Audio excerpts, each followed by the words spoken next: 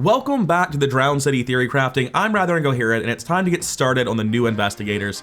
Let's start with George Barnaby. He's the one I'm most hyped for, the one I expect to be the strongest, the one I think is the most interesting.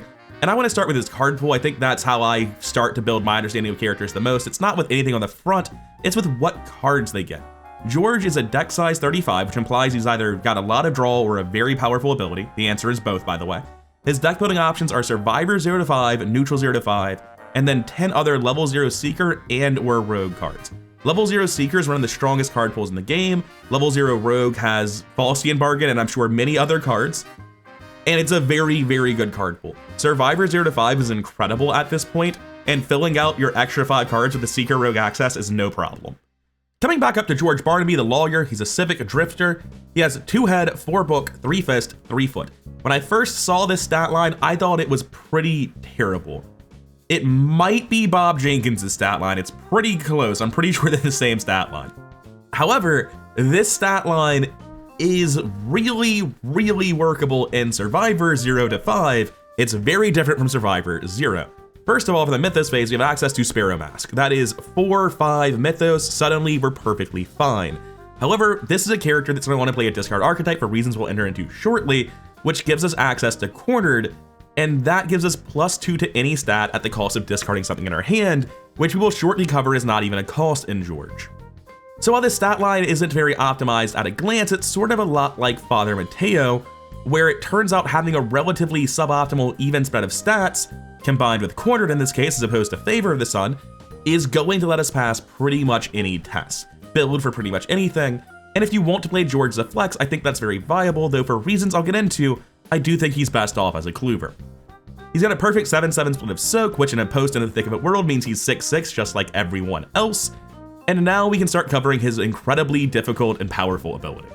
Your max hand size is equal to the number of face-down cards beneath George Barnaby, limit 5 cards. For other characters, we call this his basement. For George, I'll be calling this his boat. You come over to his signature card, you can see here's George, and here is his boat, and here are the cards in his boat that you manipulate with his signature skill. We'll cover this more later. Now, moving on to the second part of his ability, you may commit face-down cards in the boat to skill test as if they were in your hand. But how do they get there? Well, reaction, after you discard a card from your hand, place it face down beneath George Barnaby, then draw 1 card, limit once per phase, not once per round. So ideally, you want to find a bunch of ways to trigger this. Doing it during your turn is no problem. There are plenty of things that proactively discard cards during skill test. Doing it during the Mythos phase is a little bit harder. Cornered will work some of the time, not all of the time. Doing it during any other phase is, to me, looking borderline impossible. Theoretically, if you had the ability to do lightning bolt testing during other phases, it might work. There's some argument to like a flex George using the Luger so you can shoot enemies like during the upkeep phase and during the enemy phase just to use Cornered on the gunshot, which would be a base value 6 attack. It wouldn't be terrible. There's a lot of really interesting stuff you can try to do to optimize how often you trigger this specific line of text on limit once per phase. But the main thing is you don't want to settle for doing it once. If you're doing it twice, that's going to be tremendously more effective, and building to make sure you're getting it 2 times around as often as possible is probably going to be really important to optimizing a George deck, because then you're drawing 2 cards a turn. And remember, you may commit the cards face down beneath you to skill test, so you're not really discarding them if they were skill cards in the first place. But it does pose a huge opening hurdle when you start playing George. You draw your opening hand. If you play nautical charts and investigate with it and discard a card, you have 1 action left, 1 card beneath you, and 3 cards in hand. Let's imagine you play another asset as your last action. You have 1 card under you, 3 cards in hand. You go into upkeep, you go up to 4 cards, hand size of 1. You discard 1, it goes under you. Now you're 3 cards, hand size of 2, and you're still just full on discarding a card in your first upkeep. And I think that's expected for George. It's possible that won't always happen, but it seems to me very likely that in a lot of George games, especially if you end up getting an asset heavy draw, you're just going to end up really discarding a card for no effect. And we're going to get to it in a second. The actual direct discard synergies with George, where they want to be discarded, kind of had designed anti-synergy. This is also a thing with Michael McGlynn and some of the ways to use his ability. I'll cover that more in tomorrow's video about him. But let's cover the designed anti-synergy of some discard cards, right? When you discard cards, it's free because they go into the basement. And you don't want to discard a ton of cards every turn and not get the ability. You want to like meter it out. Get a discard, put it under you, use it. Next phase, get a discard, put it under you. Comes back around to your turn. use a discard, put it under you, use the stuff under you. You probably want to be floating between like 3 and 4 cards under you pretty much all game, and you want to be constantly cycling them out to get value.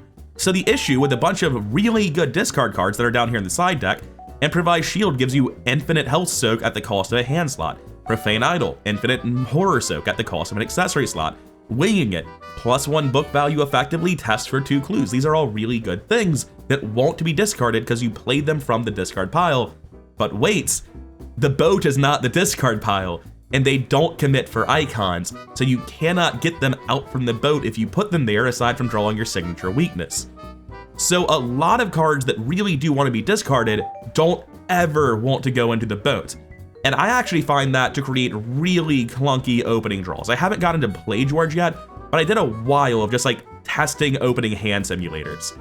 And I was very unhappy with how it felt running Improvised Shield, Profane Idol, and Winging It, because basically anytime I drew 2 of them, the opening hand was terrible. So instead of using Improvised Shield and Profane Idol, there is an alternative to those that helps you capitalize on George's ability, and that is Idol of Xanatos. It's 3 cost, fairly expensive. It's an accessory slot item. When you are dealt damage in a horror reaction, exhaust Idol of Xanatos and discard up to 3 cards from your hand, cancel that much damage or horror. You probably just want to cancel 1 anytime anything happens to you. I talked about this a lot when I was covering Spectral Shield when I was doing the card previews. Canceling a 1x every time it happens to you is probably enough to make sure you never die to anything. You can obviously use this much more frivolously if you are genuinely afraid of dying, but this is actually better than Cornered for the Mythos phase, because a lot of the times you'll draw like the clue card, right? Where you either spend a clue or take 2 damage. There are a ton of things that happen to you and you just take an amount of damage. There's no test phase for Cornered, so Idol of Xanatos actually makes it more reliable to trigger your ability. You can also like trigger like an enemy hunting to you, right? You can let a rat that you didn't deal with for some reason get to you and hit you. You can end your turn by moving on top of a cultist because you'll gladly just let him hit you so that you can draw a card, and then your hunter, not your hunter, your goon, your enemy fighter can deal with him next turn, right? Idol of Xanatos is actually just almost as good as Improvised Shield and Profane Idol in my opinion. I think it's a little bit worse. I think being cheaper and infinite is better than like potentially burning through my whole hand. I think this is a little bit higher of a cost, but I think it's better for George by a landslide, even if generically I'd prefer the other 2. Additionally, because we aren't running Improvised Shield, we have hand slots free to run Magnifying Glasses, and I'm making a Clover deck, so hell yeah. I forgot to talk about Cast Adrift, his signature weakness. It's brutal, and it should be driving your playstyle, but it does not really affect your deck construction. Revelation, if there are no cards beneath you, shuffle this into your deck. That's not gonna happen, period. Otherwise, discard every card beneath George Barnaby. Your boat is empty. There are no cards in this boat, as you can see.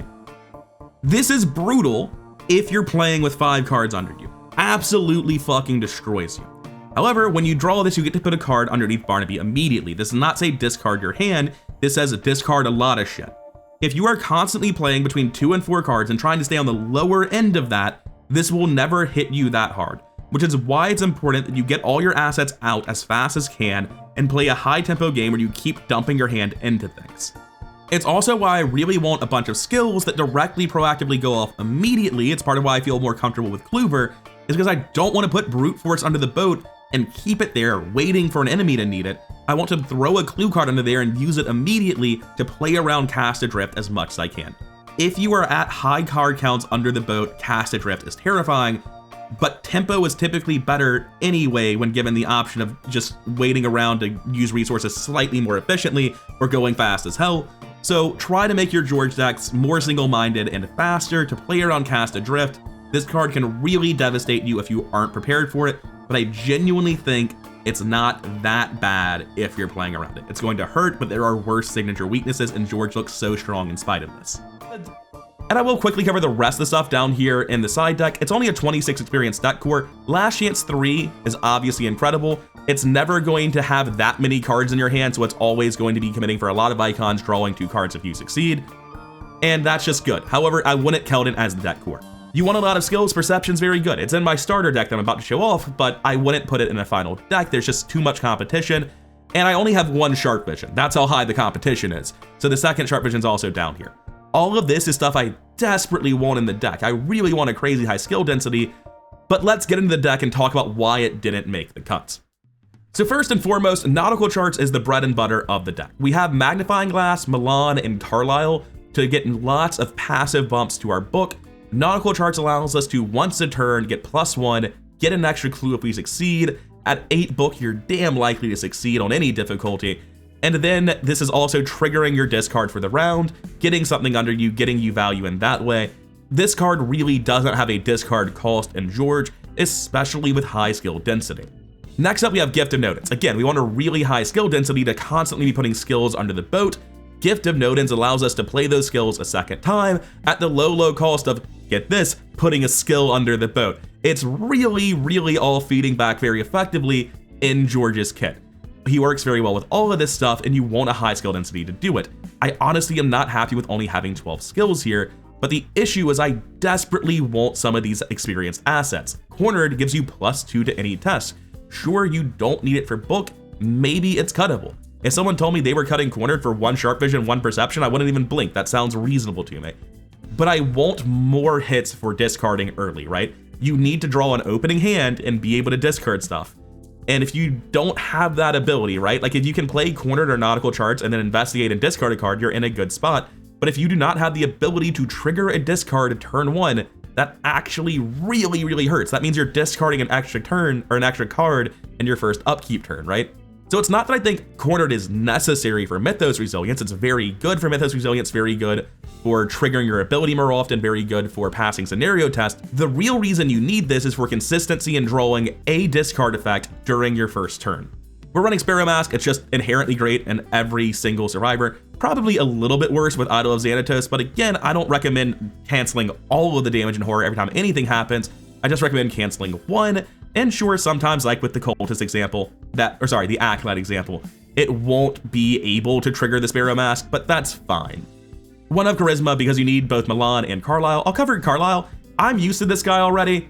A lot of people might not be. He's red Milan, cost 1 less, has 1 less horror soak, gives you the same +1 book, and gives you the same resource on a different condition. After you discard 1 or more cards from your hand during your turn, that's when you get the resource. And yeah, this gives you a ton of money to just play everything you could possibly need. Now the deck's honestly not that expensive except for the initial assets at first glance. However, look what I found is a 2-cost event. And something I've seen happen a lot with Gift of Nodens is it pulls Resourceful, which is used to pick up an event for big value. In this case, you can use it to grab the look what I found and replay it. I think that'll be less important for a George Barnaby or a Daryl than it is for somebody like a Flex Silas. I've seen Flex Silas just get crazy amount of clues with super high tempo by using that combo. But I like look what I found a lot just in general, and especially with Resourceful recurring in a Gift of Nodens deck. After this point, we're pretty much down to just card draw and deductions. We have 2 Luckies for Mythos mitigation, and everything else is card draw and deduction.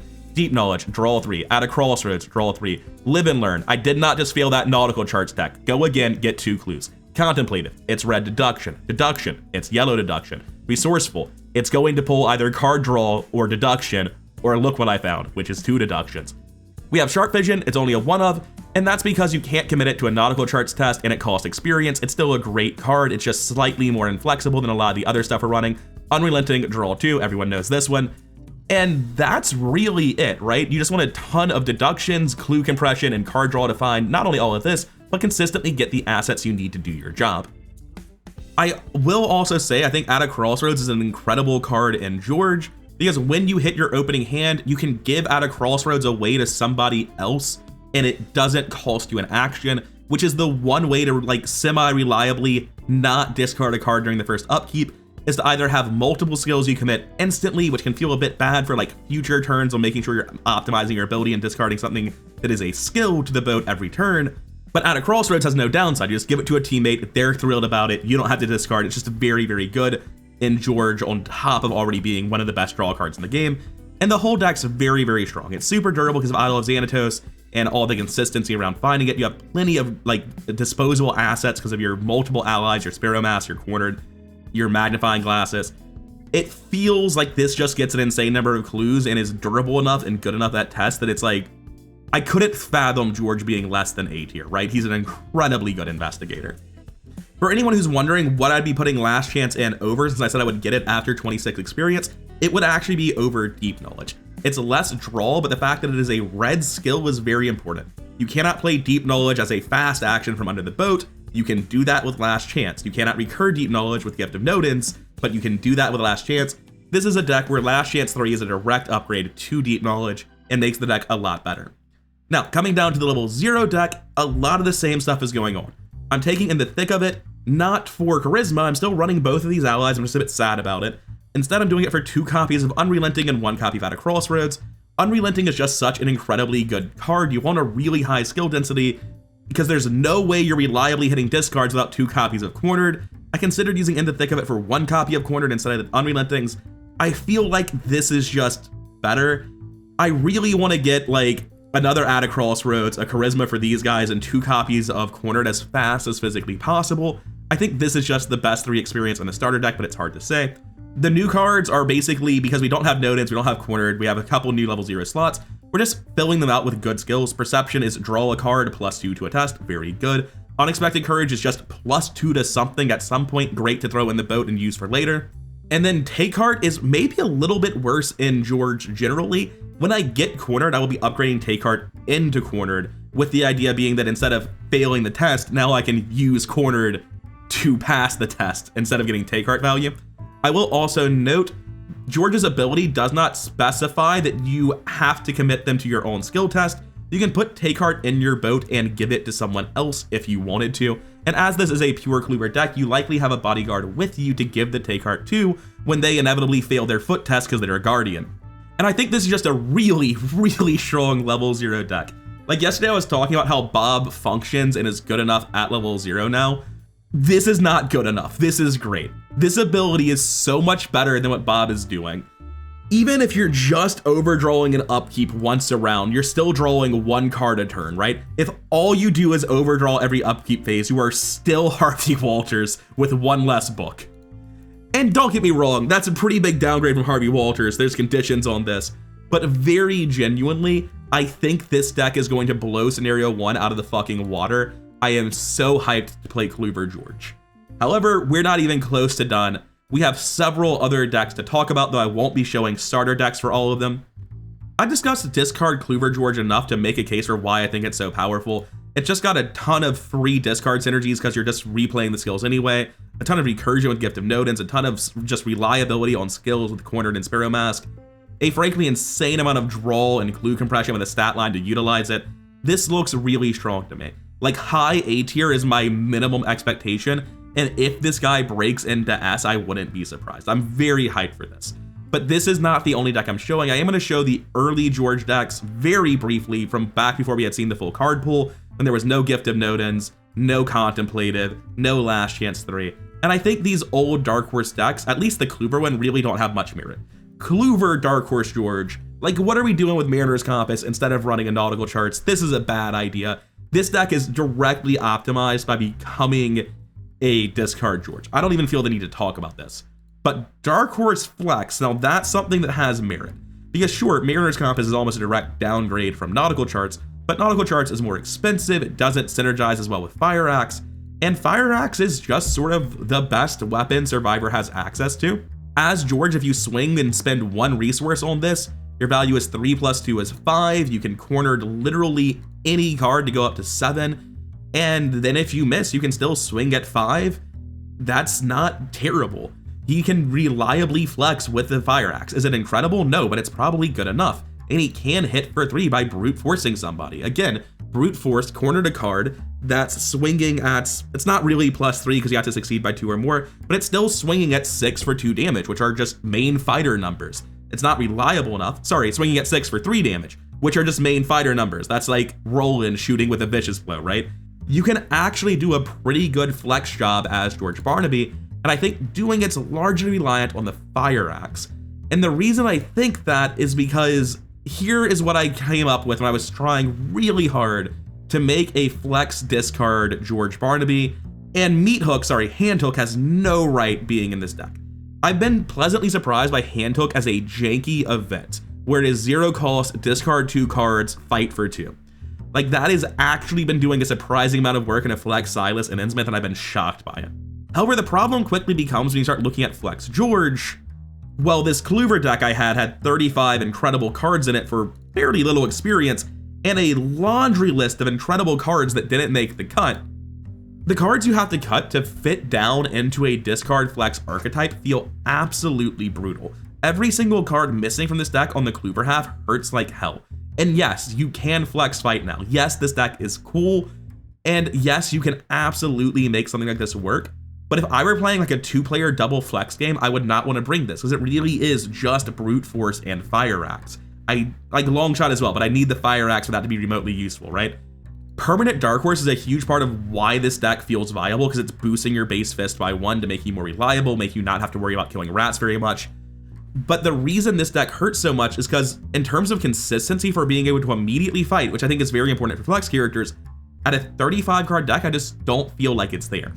I will say, however, not every team needs your flex character to be able to fight in the first couple of turns. If you're playing alongside a fighter like Cho, Mark, Michael, Tony, right? These guys in 3+ player games can take up a lot of slack. So if you're in a larger group and you have a good fighter, I think Flex George is probably not far, or maybe not even behind, something like Kluver George. And this is what I got to before I realized that for my tabletop groups, I probably would never be playing this. In 2 players, when I'm playing alone, I wouldn't feel comfortable with this kind of flex deck.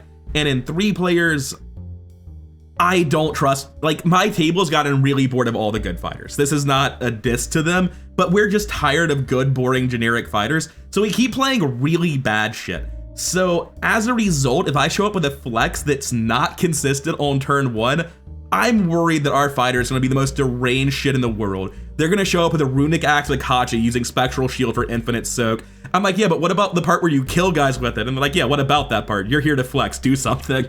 So I very genuinely like this flex deck. I just don't think it's going to work at my tables. I think there are tables where inconsistency and being able to deal damage in the first couple of turns is fine. And there is real merit to flexing with Longshot. I finally saw this for the first time with Flex Silas.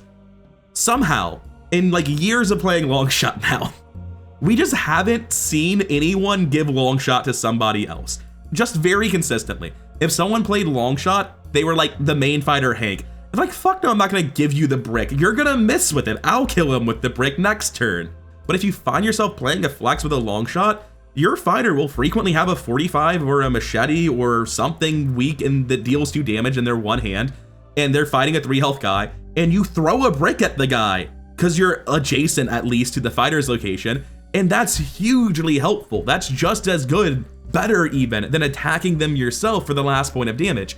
So Longshot's actually really good in flex decks, and I will shout that out before I say I don't know that this is going to get played at my table. At least not by me. I tend to be the guy where everyone else says what they're going to play, and I figure out what I need to do to fill the cracks and make the team work. I can fully expect somebody to play Flex George. It's just such a sick deck. But I don't know that this is the final form it takes. This is a point where like I realized it was too hard for me to make cuts though. There are so many things missing from the clue finding deck, and I don't know what the upgrade priority is because I really want Dark Horse 5 and I really want card draw and I really want Gift of Nodens. And if I'm playing Fire Axe immediately, I'm not playing Nautical Charts, and this becomes like maybe a heavily clue tilted flex that only runs 6 fight cards, Fire Axe, Long Shot, Brute Force, I think is the way to run it. That's where I'm at now. I'm still running Winging It, so I have at least 1 cut here. I hadn't realized Winging It was bait when I was making this deck. It's a really cool idea for a deck. I haven't gotten it fully refined yet. There are tables where it will work, but this absolutely applies pressure on your team in a way that just discard Kluver George does not. If you show up on this deck, I think that's more analogous to hearing your teammates say they showed up with Amanda as the Kluver. You're like, oh, cool. So when I said flex, I meant I was the bad fighter. I'm personally super hyped about discard George as a Kluver, and I'm looking forward to seeing how refined the flex decks get, because I think it's genuinely much harder to build the flex deck than the Kluver deck. And while I'm happy enough with this, I wonder if it can be made much better. The perception feels a bit off. Winging It feels very wrong to me now that I realize how bad it is with the boats. Let's do some quick edits to it. Honestly, this is just different. I'm not even convinced it's better, but I do want to show off one more thing about how good George's card pool is before I leave. Look how red this deck is. It's only using 3 slots for 2 Deep Knowledge, 1 Quick Thinking. Coming down to the original one I was showing, it's using 8 because it's a Kluver with part Seeker, and it's getting very good cards. Milan, Deduction, Deep Knowledge, Magnifying Glass. but the card pool is so good at this point. It's wild. It's so upsetting when I'm building like a Bob Jenkins and I feel like I'm in a straitjacket, and then I go to build someone like George and it's like, yeah, the world's your oyster, make whatever you want, break the game in half, have fun, kid. I'm very hyped for George. I'm looking forward to seeing what other people make for him. He's such a cool character, feels very intuitively powerful. He feels like he might have a slightly higher skill cap than most because of just how much potential for backfire turn 1 has. And maybe this deck has mistakes that I won't really recognize until I play the character properly. I'm happy with this. I'm looking forward to playing it. And for now, I'm done. Tomorrow, I'll talk to you about the Little Guns Michael that I'm playing in our Innsmouth campaign right now. And who knows what comes after that. And as always, before I go, thank you for your time. If you made it this far, can you hit all the buttons, do the YouTube algorithm dance? It really does help. I really do appreciate it. And I cannot overstate my appreciation for the people who support this channel, both as patrons over on Patreon and here on YouTube as channel members. I'll see all of you in the next one.